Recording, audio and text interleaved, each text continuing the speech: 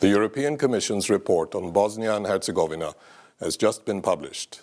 It looks at the progress over the last year on a wide range of issues, including the economy, democracy, protection of citizens' rights, the functioning of the justice system, and how the authorities are tackling corruption. The good news is that after a long period of stalemate, the country has started to move forward again on its path towards European Union membership. The state and entity governments are committed to reforms, improving the economy, creating new jobs, and making the social welfare system more efficient so that those most in need receive assistance. Some of these reforms will not be easy, and the benefits will not come overnight.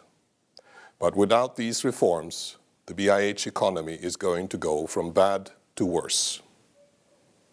I know that politicians in this country have often ignored the importance of economic development and instead focused citizens' attention on other issues.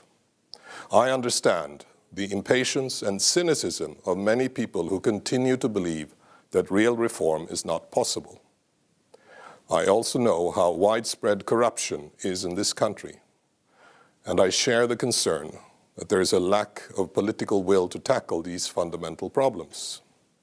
But as Bosnia and Herzegovina progresses towards EU membership, these questions will need to be answered, just like in all other countries aspiring to join the European Union. We are about to embark on a journey that will be difficult and take some time, but the economic and social rewards for this country will far outweigh the costs. We all owe it to this generation and the next to make sure that Bosnia and Herzegovina is not left behind.